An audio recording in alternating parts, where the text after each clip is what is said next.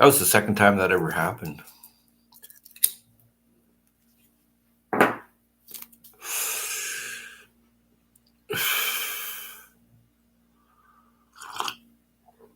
Oh my.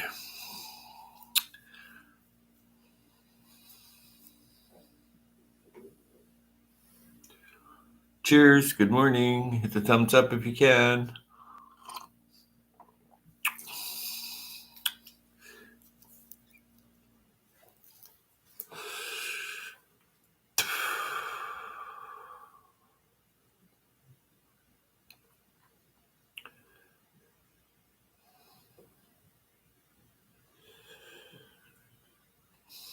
Thank you for the thumbs up. That was very kind of you.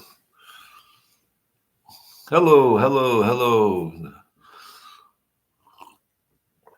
Oh my. Yeah, sorry about that first chat. We were talking about edible landscaping and including people in the community that that normally you would not. Good morning again, Mr. Bud Files. Yep. But that's what with the first live chat. I already took it down. It wasn't working. If this one doesn't work, then I'm just going to shut it down. But I'll be here for an hour and chatting up a storm on growing edible landscape, really, and or food forest, or about growing more food and sharing in the community and being and including everyone in the community with the living that you're showing with food forestry or permaculture or edible landscapes, and having a meetup there with a book library. In the book library have all cooking and herb books and that kind of thing, and how to forage, that kind of thing. And not everybody has a connection to an internet. Not everybody has a cell phone walking around. It's not everyone's doing that, which is interesting.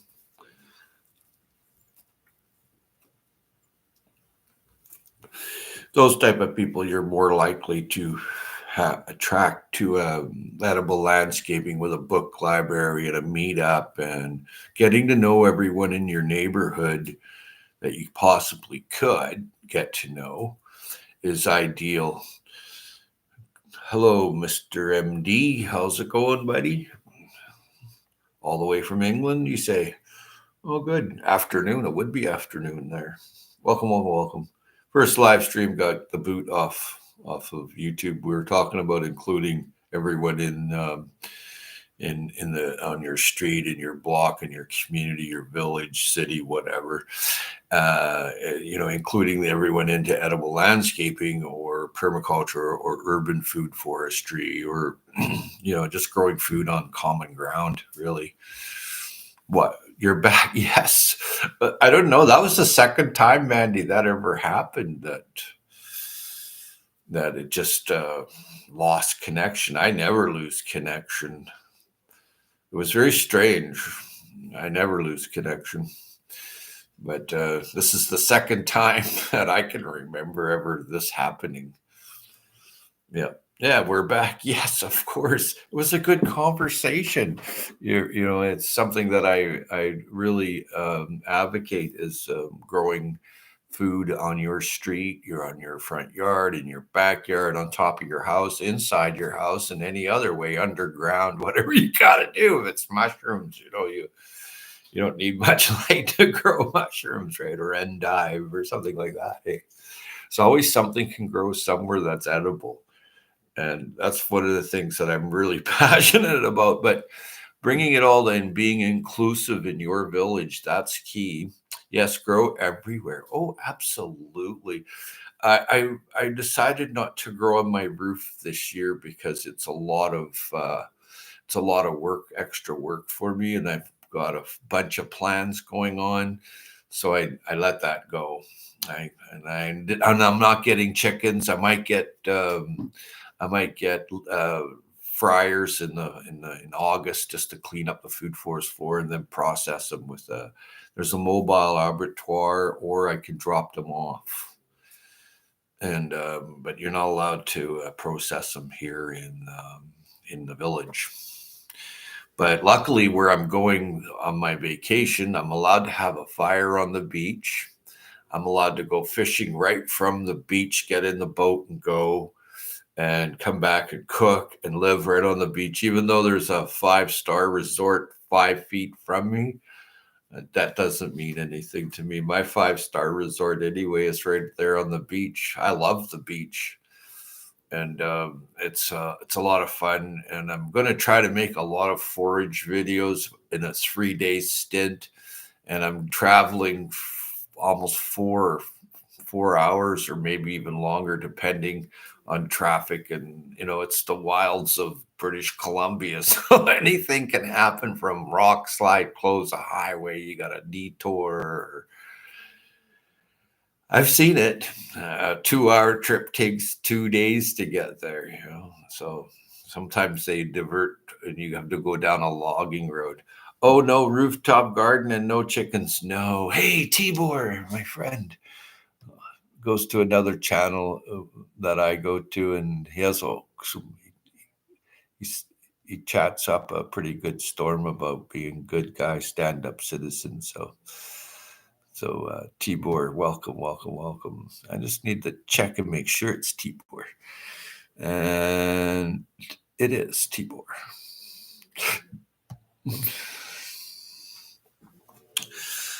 Good call. Yeah, road trip. Oh yeah, I've got several planned. One I'm going on soon here, and I'm going to see a guy that's 1 year less than 100 that I know over on the mainland. And I thought I'd better go and see him.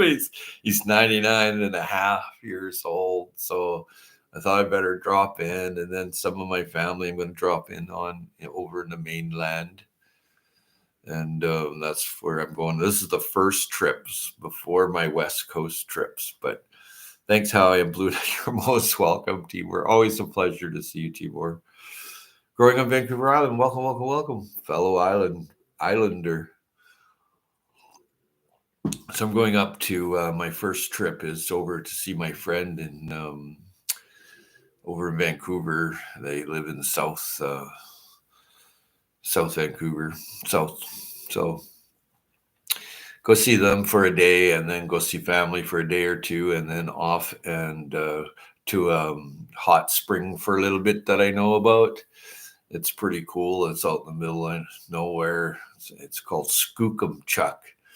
And I know it's a strange name, hey? So anyway, there's this little old lady that sits there and charges $2 or $5 for you to walk in her native spring. It's pretty nice.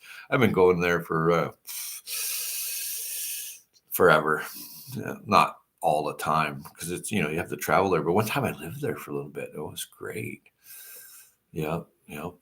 Really nice. Bringing any plants or seeds for guerrilla gardening? You know what? At times I do spread like California poppies and stuff like that, but bringing any plants or seeds, and I'm really into moving figs and grapes and kiwi around wherever I can. That's where I'm concentrating my time on, for the simple fact that this is the climate for that. So figuring out what grows well in your locale, this is important to have. I hear the I Chang lemon will grow on Vancouver Island. I'm hearing rumors of it, and I'm going to see a guy, not for a couple of weeks, but I'm going to see a guy that has them. So there's always these tips and tricks that you'll learn if you get to know your people in your locale, your neighbors. Like Growing on Vancouver Island gets to know her neighbors, because Growing on Vancouver Island will leave a bouquet of flowers in a vase at your doorstep. Happy day. And then Growing on Vancouver Island will go to a mall and give out seeds. Here, why don't you try growing these? But anything like that on your edible landscaping that you're doing in your front yard, or on common ground belong to the city that you belong to and pay taxes to or don't, that's the spot you concentrate on.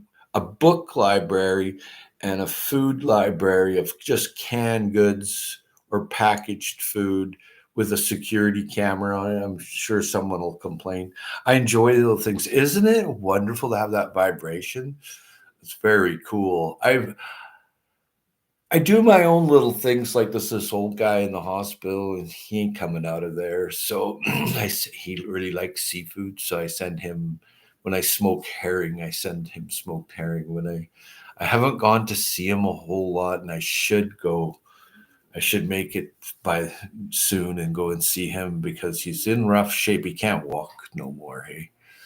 So, and this is a guy that built boats and commercial fishing and flown planes, and he's had an adventurous life, like very much adventurous life. Like, he traveled the world, so I send him some treats in the hospital. Hey, where he is, that's all I can do for him. But as you age, you lose mobility, so that's a big thing. If you're growing, an edible landscape, the people having the ability to get to it is really important, and including everyone with a simple little note in their mailbox. Oh, on Sunday we're all meeting in the community street, blah blah blah, and there's a library, or you can put up a little poster, and it brings people in to do your edible landscaping that would move out from there. What you're trying to do is you look after your community. Like I do that here. I put Hugel Culture Mounds right on the front road, the boulevard, right there. Here you go. That'll be here long after you're gone, right?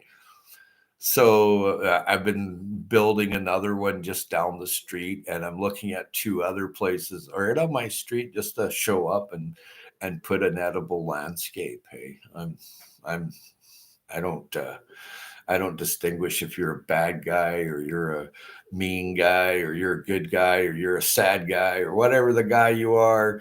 It just shows up, and if you remove it, fine. Like I'm planting trees on the one couple of few houses down, right on their front boulevard, without any bullshit and writing up a this or that and paying someone money, and I'm just going to show up with some of my some of my air layered trees, and I'm just going to put it in the ground there and just walk away. Make it tall enough so the deer can't get at it, and make sure it grows in your locale. That's the big thing. I'm going to write a blueprint of what I've planted on the property that stays there so all can know what is there for future generations. I was gifted 3 white pines yesterday. Wonderful. Pine pollen is awesome. I mean, it's a sugar substitute. And not only that, there's a potassium in there that's really healthy for earthlings, and it fills up and attaches to your thyroid. So other, toxins don't attach to your thyroid because it's already full. And bursting the pine pollen is a big thing. Like when you collect the pine pollen, you burst it by freezing it. So you're actually getting the nutrients. Shawnee, that's cool. White pines grow fast. That's very cool.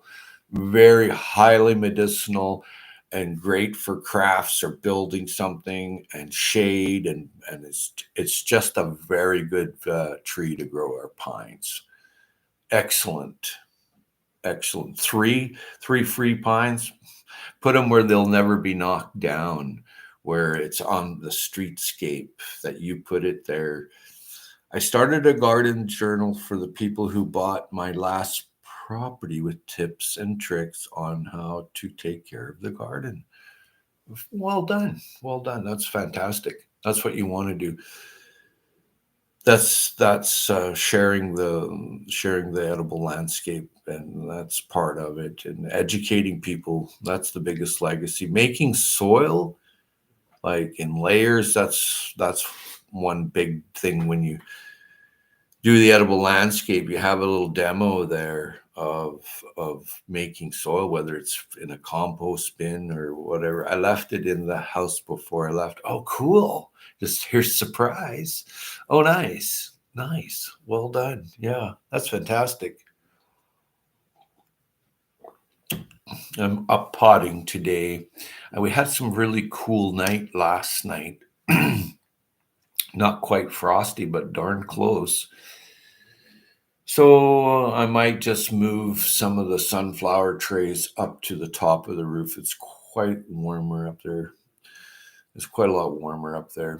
But edible that looks after itself and you do very little. That's key. It's like if you're going to put an edible landscape in, and is it going to look after itself or is it going to be looked after by humans? I need to start transplanting from my milk jug soon. So many sprouts. Yeah, that's a fantastic way to start your sprouts. Is in the milk jug. It actually gives them that like environment they should have, but you're putting a shield on it. And I've used shields for many years. Like just cut the bottom out of a bottle and put it on, and then if it gets too warm, it just goes out where the spout goes out at the heat. So it's a very good way to start seedlings. Is in a milk jug. That's catching on quickly. You know, so you're actually able to have more of a setting that this is where you're going to be. The future of the plant's going to be. Like it's hard to explain, but it's a good thing to do. I've been encountering that for years, growing in a milk jug or in the ground with a milk jug over top, or it gives you that edge that you need to start planting. But including the landscape onto your boulevard or your common ground or by your sidewalk, that's ideal. That's ideal. Trees that you plant there, if you've got deer problems, is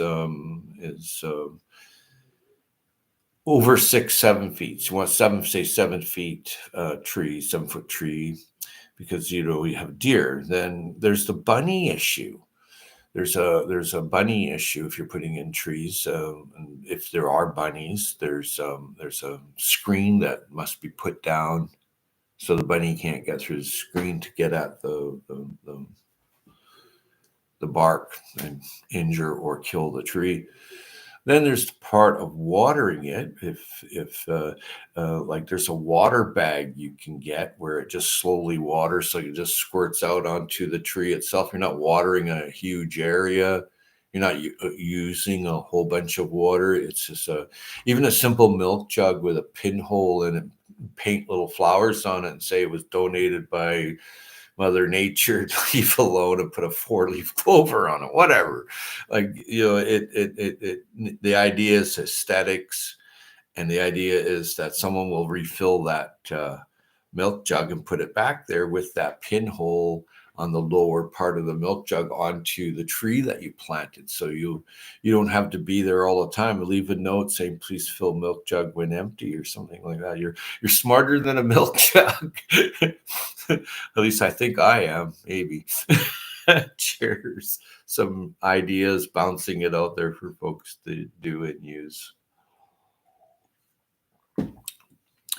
I bought some sheep manure, nice, from my neighborhood farm. Probably going to make a video about it. I've never used sheep manure before. Well, that's what's supposed. They're ruminants. That's what's supposed to be there. Hooved like ungulates and stuff, right? That's what keeps the land down, so that accumulates a lot of nutrients when they eat that food. It's a very good thing. Any manure from any animal, creature, big or small, earthling, that's made into soil by nature using microbes. It'll grow food. It's actually probably the best thing to do. And making soil with waste from creatures, that's what you're doing. Sheep or human kitchen waste, or whatever, manure. There's a demonstration site here for human manure. The CRD has one where you go in there and there's no, it's not flushing away. It's actually just making soil hay. So it is creeping in. That's been there for a few years now, that demonstration. I haven't been back there for a while. Suburb builders don't plant white pines and spruce trees deep enough and the wind blows them down eventually. That's where the T comes in for the anchor. So we'll just picture a T like this, T-bore. Hey, no pun intended. So you dig down, say, foot and a half, or even longer or deeper, and then you make your T like that. And then in the very center, take out a bit. Now keep your indigenous soil for your indigenous micro organisms. That you're just going to put the same soil back. Put your bare rootstock or your tree right in that center. Then cover up where that T is. That will make it stronger. Now the first seating is imperative because winter is usually rougher weather. So the first seeding would be in the very early spring, or you can mix it up depending on your locality. If you got wind issues, like you're saying, it blows them down eventually. You want to get it anchored there. So, just think like an anchor. I've seen that though. I've seen them fall over because they're not. See, lateral growing goes out this way. Okay, taproot vertical goes like this, or our taproot goes straight down. Now peaches, they go straight down, or it's you have to know, and very few are actually taproot. Most are lateral. They're reaching out on the surface substrate to find nutrients and water. That's what the lateral roots do, and it's as simple as that. That sun came out. There it is. I'm blinded.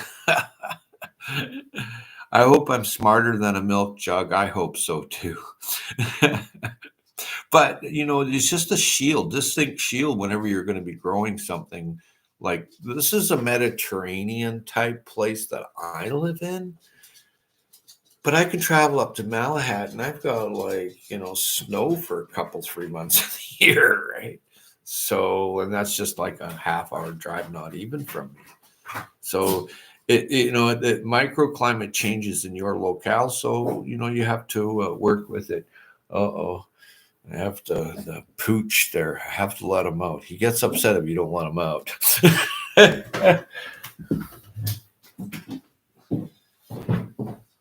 Okay, Mr. Burns, come on. There you go. How's that? Outside. Go on, you're barking.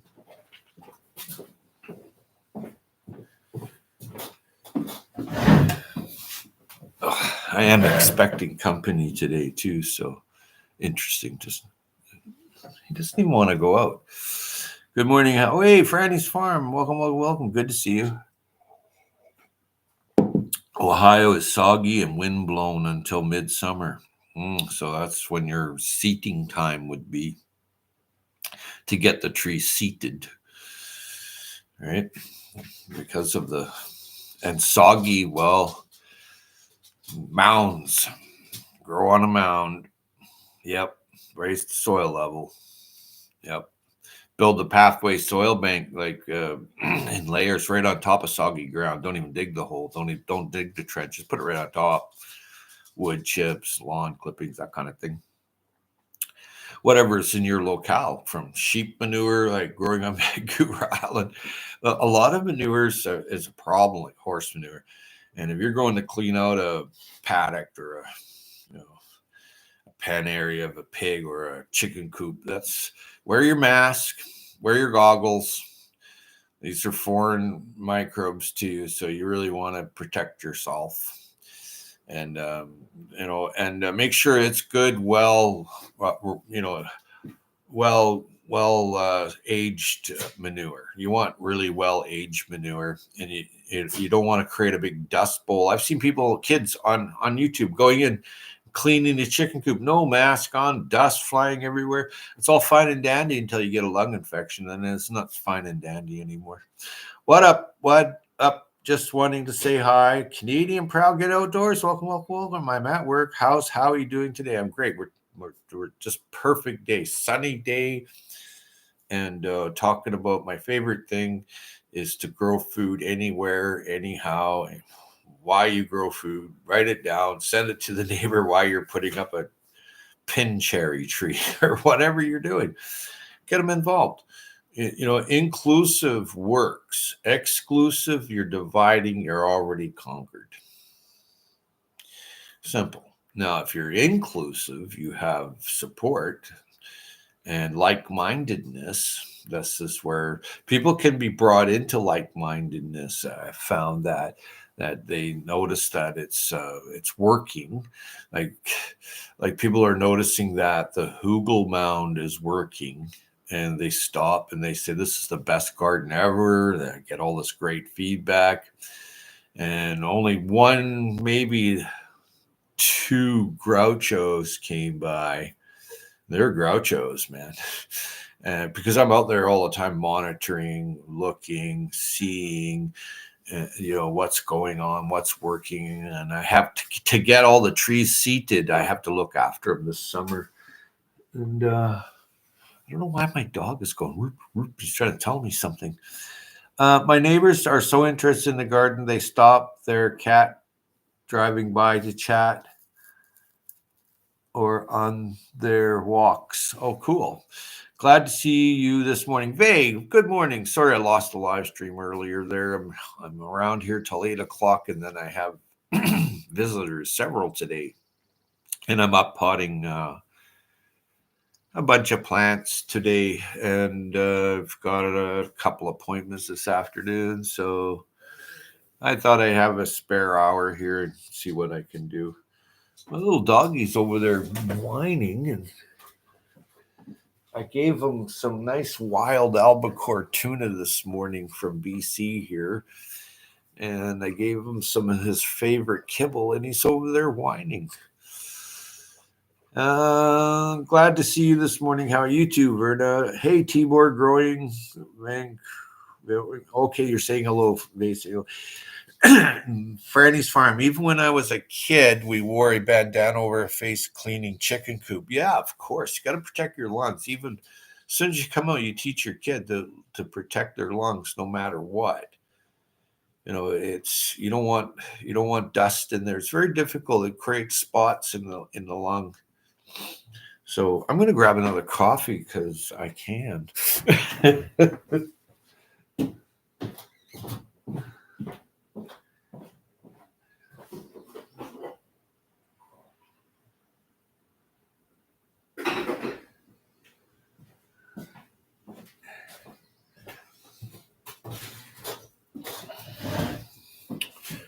But yeah, talking to your neighbor, what's growing at their place, and getting to know them, and leaving flowers or for them or seeds or whatever. Your book library, your canned food library beside your library, a meet up there once a week, once a month, once a year. Put out a little notice that you're meeting there, and there's free hot dogs, whatever. Maybe not hot dogs, but maybe a green salad, and maybe an all beef free range hot dog. That's $2 million. Because they're out there, but you have to pay for it. You can buy the garbage food relatively easy, but you must seek out healthy, good food. It's very difficult to come by. Very difficult.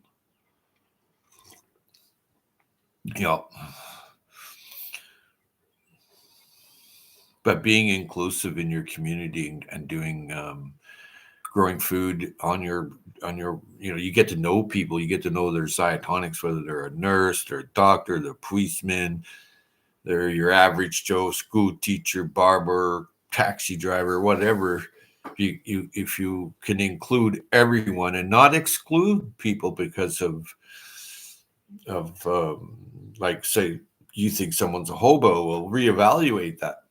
If someone's homeless, reevaluate that. That's your fellow earthling, and including those people is key. And yeah. Good morning, everyone. Yes. Healthy food's expensive. That food that is garbage is affordable to many that can't afford the healthy. Exactly. So that's the whole idea of having edible landscape. It's, one step forward will create a regiment of sustaining yourself and making soil as a start, doing sprouts, starting your sprouts, starting your seedlings, and sprouting your your grain. I'm not a grain fan, but that really works good. Anything that you're doing, you expose it that you're doing it at that time near your book library, your food library, your book or food share program.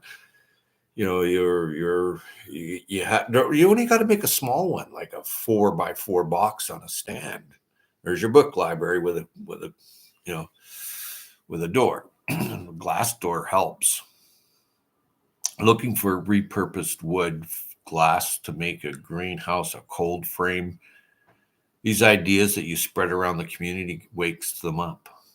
Because if there's no food on the shelf one day, and you hear that fear all the time, I do anyway, especially on the social media, they put out little warnings. So yeah, this big box store said we're running out of food. Well, for one thing, if you have your own edible landscape and you start your own preserves and your own canning, your home canning, you're getting to know your community. You're getting a little more secure there for any hunger gap that's coming up. I'm crocheting sleeping mats. Again, someone sitting there, standing there, or just being there in a swing by the book library crocheting, and they see the other people see that, and that's a hobby. Whether you're joining a flower guild, which apparently I'm involved with now, a flower guild on making boutonnieres, corsages, and crowns and stuff for flowers for the wedding. I'm right in there now. I'm watching this being made in front of me just about every day, mostly. And I see it. Walter Davis, welcome, welcome, welcome. Good morning. And there you go. Good to see you, Walter. Yeah, make sure that is Walter. I've known Walter for a couple of years from prepper channels, and he's oops. Where are you, Walter? There we go. Oops. Walter, add as moderator. There's your standard moderator. You got your jacket. Working and lurking. Good on you, Walt. Good to see you. Good to see you. Go to channel. There you go. And Walter is there. Very cool. Pine Trees and Nations. Cool. Happy Saturday. Rebels with Coast to Coast and Conservative Patriot. Okay. That is Walter. Working and lurking. And there you go. So just chatting about what works in your locale, and like for growing food, if it's already growing there, chances are that you can replicate that. The cheapest route is to make your own air layer clones or clone or get seed in an exchange. That's the key to if you're on a budget. Now, if you've got a few dollars to spend, that's great. When you're going to purchase plants or trees, a flower show, a tree show, exchange, plant exchanges, there's all kinds of things popping up now. And then on Marketplace on Facebook, I couldn't believe it. People are selling all kinds of plants. I was just like, wow. And I even seen someone from YouTube that I know. I was just like, hey, I know this person. It's just like, oh yeah, wow, cool. So from YouTube, and I'm like, they live in my locale, and I'm like, this is pretty cool. I didn't know. So it seems to be up and coming to grow plants and then sell them, trade them, barter them, buy them. It's a big thing. And when you're doing that, trees that are all bound up into a bucket, I'm not a fan of. Now, a tree that's growing and it's not too bound up, it's just showing where it wants to come out. Like bare rootstock needs to be looked after. As soon as someone sells you bare rootstock at the store, they'll have big beds of like at feed tractor supplies. You take it out, it doesn't take long to damage those fine roots. Like you'll see the bigger roots and where they've cut it and stuff, but it doesn't take long for that to get damaged. Okay, so wrapping it in a wet paper towel before transport home's even desirable, or spraying it and putting it into the plastic bag till you get it home and planted right away, right? So, but there's a lot of edible plants, and chances are there's a lot of wild edible plants that are only good for like 2 weeks to 2 months in your locale, and that's nothing to laugh at. If you're seeing wild blackcap raspberries, great. If you're seeing wild raspberries, great. If you're seeing wild blueberries, that's awesome. You don't need to put them into your edible landscape because they're already growing there. You're trying to grow a variety, right? So look after these areas, and that's what man first did. It was they burned off and they harvested the camas bulbs here. So, and there was underwater fish nets. So between the land of growing your own sugar, camas bulbs here on Vancouver Island, and an underwater fish net. Interesting. The net goes down and sits along the reef, and anything coming back and forth into that net, and then you pull the net up. It's not seine netting, it's not gill netting, it's underwater net. And traps, underwater traps. Any lake or ocean should have something that crawls and swims in it. It's up to you to intercept it in a forage situation. See you, Franny. Good to see you there. Hey, I just watched your video. You put a dog run out for your dog, Howie. That's cool. You have a dog named Howie. I knew that, but it was just always cool to see my name of a dog. Yeah, there's always free tiger lilies, hostas, raspberries, ferns here. Yeah, ferns, fiddleheads. There's nothing to laugh at for a couple of weeks. Maybe not that long, but a good. It's something to addition to your if you harvested clams or if you dug and found snails along the creek bed. Don't eat green or purple snails because you're going for a ride. Not good. Yeah, but there's always something like limpets on the ocean shore, and you move a rock by the ocean, and there's a million little crabs under it. Grab that million little crabs as much as you can, put them in a soup pot, and boil them up and drink it and mush it. I mean, you got all the minerals and nutrients you need to live on right there. A bit of kelp. You have to think, what's in my locale? And I hope I never get to that point, but I have done these things, So hostas are edible, but they have a high oxalates. They're extremely high in oxalates. So don't eat older hosta leaves, only eat young hosta leaves. Yeah. And they grow and they look after themselves, and that's key. That's super key to food that when you walk out and you see the forest, it's doing really good. Look at this place, it's awesome. And that's what you want in your edible landscape, your urban food forest, or your edible garden, whatever you want to call it. It's food that goes to you and it can be utilized. Okay, now storing food, like I really tell people to buy older trees, because especially if you are older, or if you want the food right away, try to buy your trees that are already growing, because if you're waiting 12, 15 years for a tree to fruit, or 5 years, that's a long time. So if you have a little purchasing power or collective buying power, that's a money stream for like everybody on the street that wants to contribute, but they don't want to have it, they don't want to be tied down to the tree because they got a mortgage to pay for and a job to do, but they'll chip in and pay for a portion of or a whole tree, an older tree. So you have to be smarter than your neighbor. That's sometimes difficult to do because a lot of people, they simply don't have time to be involved. They just simply don't. They got to get the kids to the hockey game or the football game, or you got to pick the kids up from school, or you got to go to work, and you need to pay the man at the bank, and the gatekeepers, so you keep your home, or you get your home, you show your portfolio. You have a lot going on, hey? So try to have fun and you'll do really well at it. Thank you all for the thumbs up. I'm here for another 20 minutes, maybe, possibly.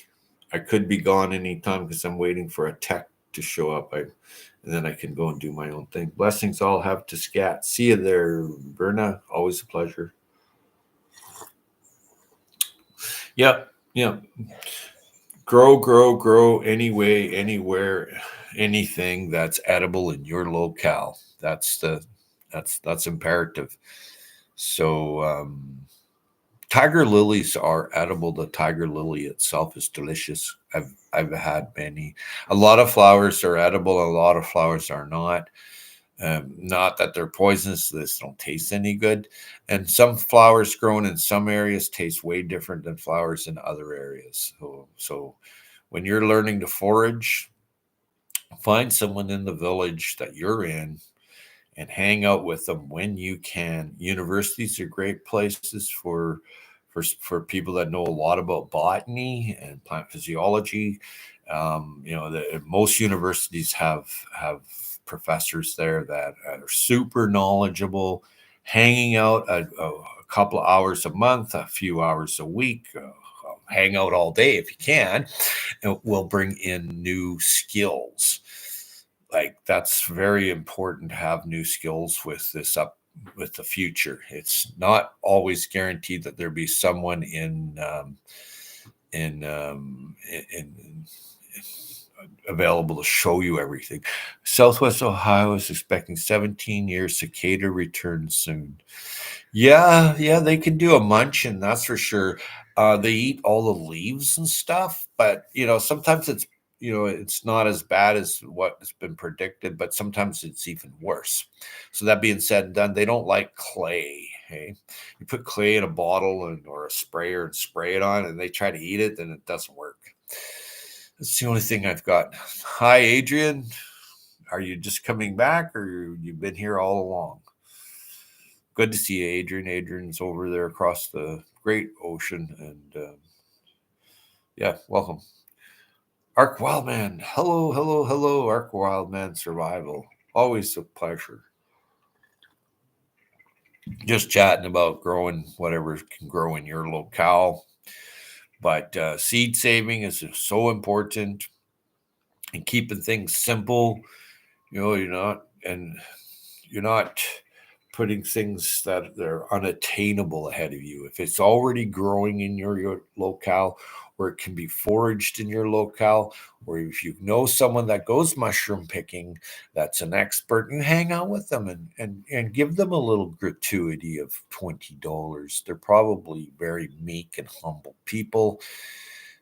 So whatever you're learning, whether it's from carving a spoon for yourself, or learning to eat the flowers of the tiger lily, whatever it is, you show gratuities towards people that showed you that.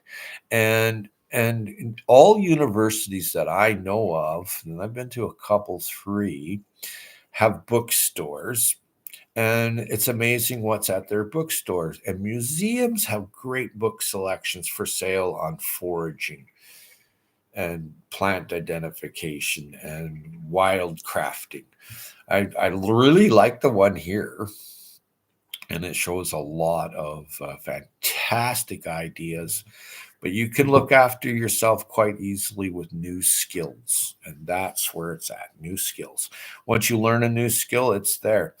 But it's just something and you've researched and you've had fun with. Having fun, you'll retain a lot more information if you have fun at it. If you don't have fun at it, you're not going to retain much, because it just doesn't work. Most folks hate the noise they make. I think it's kind of cool. You'll only hear it a few times in a lifespan.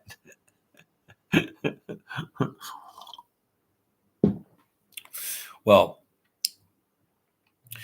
every person has neighbors. Very few that are on this YouTube channel don't have neighbors. So once you have neighbors, you include them. Excluding neighbors, even though they're nasty, whatever, they do things that you don't like. You got to love them anyway, but you don't have to like them. But including the ones you don't even like may have a small, I doubt it, but influence to change instead of being, just going to the store and buying your canned food. And you get people involved in your book library, your food sharing program, if you've got a work bee program that then you can go out to the neighbor and see about planting a food forest or turning a lawn. I've got videos on here where you turn a lawn into a veggie garden, and I've just gone back there and it's doing quite well. And a few other veggie gardens, and I should probably do more videos, but I'm kind of getting away from that, and I'm trying to stay away from they say 17 minutes of the computer, the Wi-Fi, whatever, and the cell phone, and you're already changing inside you. It's not so good. You're exposed to a lot of microwaves, and there's things to minimize that. Um, yeah, okay. Hey, Time Shine. It's either Angel or Tommy. Hi there. How are you? How are you? Sorry we haven't been online. Oh, nothing to be sorry about. I'm not offended. We're hoping that the weather is going to be really nice soon for gardening. Oh, that's good. You guys always have a lovely bunch of food growing, and you're always going foraging for fishing, and I like that. Hey, that's the life to have. That's what you're supposed to. And when I was doing that when I was younger, I noticed people in authority would say, "Oh, we're not going to be doing that anymore." Oh, that's a lifestyle to forage and hunt and fish and gardening. And people in authority would be telling me that. And I'm like, that doesn't make any sense to me. And then, but that was it was in the kind of the rules. Angel, but Tom says, hey, trout fishing is pretty well here. Awesome. Trout fishing is really healthy for you, extremely healthy, and makes nice soil too, especially with ones that are invasive fish. They make really good soil, and actually, all of them smoke really well after brining. I like a smoker. A person should have a smoker. Smoked fish, smoked meat. It makes it taste a lot better. I get along with most except Canada geese and muskrats. They are pond destroyers. Well, muskrat's good eating, and so are Canada geese. What can I say? Now they make really nice. They make really nice soil. Hey, like beaver dam, swamp. That really makes good soil, especially over time. It just makes beautiful soil when mixed in a medium with soil that's not so good. So when it comes down to eating food, uh, it's it's anything like muskrats. They harvest they harvest the Wapato potato, okay, and they store it in their little house. Now, when you're starving and you need a bunch of Wapato potatoes, there's a bunch over there stored by that muskrat, okay? So then there's the how to harvest Wapato potatoes is you get the edge of a pontoon or canoe and you walk around and you dislodge them with your feet. Okay. And when you buy forage books, they'll talk about stuff like that, but actually going and doing it's a total and recognizing where they are growing. That's a water potato. And I've seen all kinds of food where people walk by, they're hungry, and I'm like, well, I'm just gonna sit right here. I found a couple of seagull eggs and I roasted them by the fire and I ate some kelp. We had a couple of day wait before there's any food. This was like years and years ago. And I found a fish that was wounded by the shore. I finished them off and I put that on there. Pretty soon I had all kinds of greens that I had picked. I was happy, and I was having a nice cup of tea, wild plant tea, and I had what I had found, and the people that I was with, it was still a 2-day pickup before we got picked up by boat or chopper. We used to go into the bush and cut trees down along the power line. And I'm like, well, didn't you bring any extra water? And some did. And some people had a chocolate bar or granola bar. I'm like, well, I'm going to do all right here by myself. Hi, Canadian, proud, get outdoors. Nice to see you again, friends. Nice to see you too, Angel and Tommy. Yeah, yeah. Good to see everyone. But it's 10 minutes to 8 a.m. and my first appointment is at 8 o'clock. So learn new skills. Your new skill is to learn new skills. Be a sponge, be happy, have fun. You'll do really good at it. And go and watch other channels like Arc Wildman Survival, like Time to Shine, where he goes fishing and shows how he gets his pike and his speckled trout, brook trout, and how he grows his squash, and adventures in growing vegetables and for himself, and picking apples that are growing down the road. This is what your community is all about, and including people in your community. And it looks like I already have someone here, is so important to do.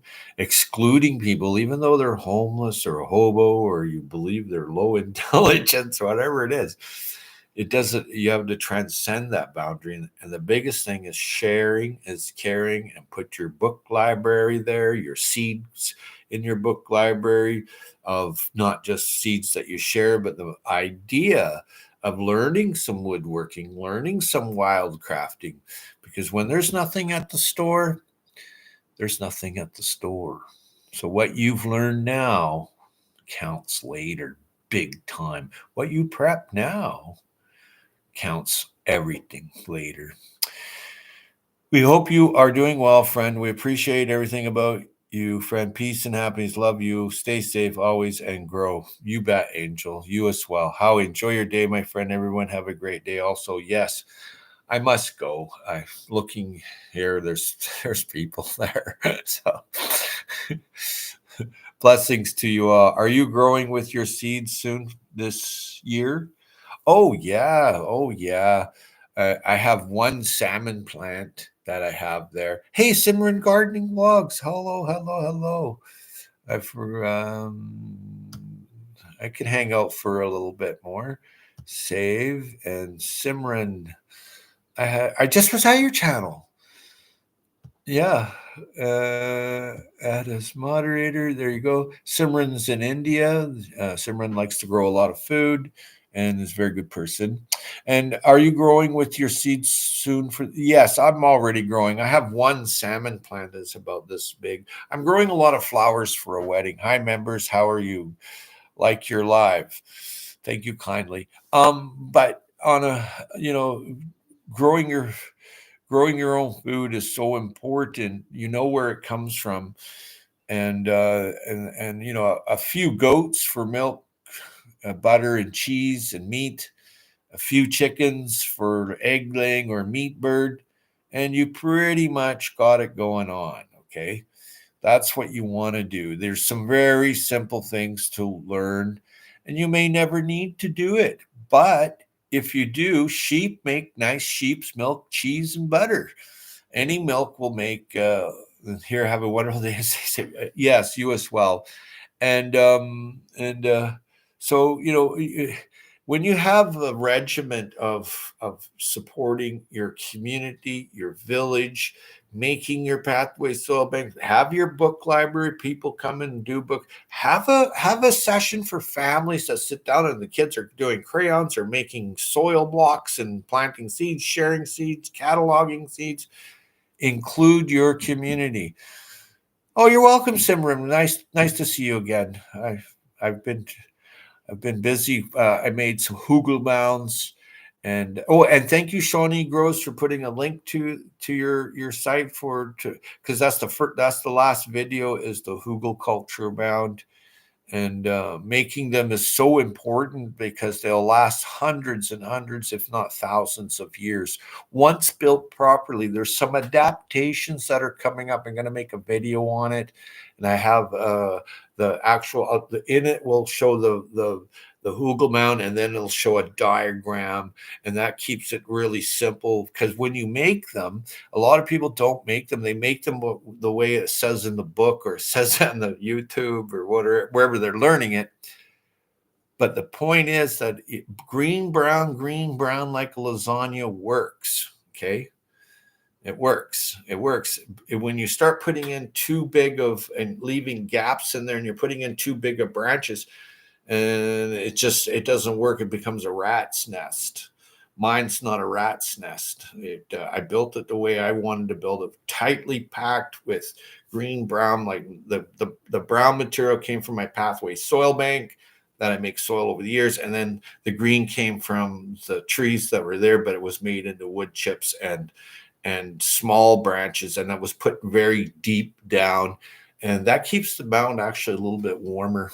So I planted it soon. Bye for now. Peace and love and happiness. Yes, time to shine. Thank you for your support, Howie. You're most welcome. And so that being said and done, get up and grow. And there's a lot of channels in here that you should go and see what they're doing to learn new skills, learn new skills, learn new skills, learn what grows in your locale, learn what grows in your locale, learn what grows in your locale. That'll help you. See you, Walter Davis. Walt, it's good to see you again. Take care. Ending stream now. See you, Simran. Take care, Angel, and anybody else that's listening. Take care. And Shawnee Gross, thank you so much for your live stream last night. If you don't know Shawnee Gross, go over and watch last night's live stream on edible landscapes. Once you walk out of your house, you're into the edible landscape, which is that nature looks after it. That's ergonomic. If you've got to look after it, that's not so ergonomic. Take care. Bye, folks.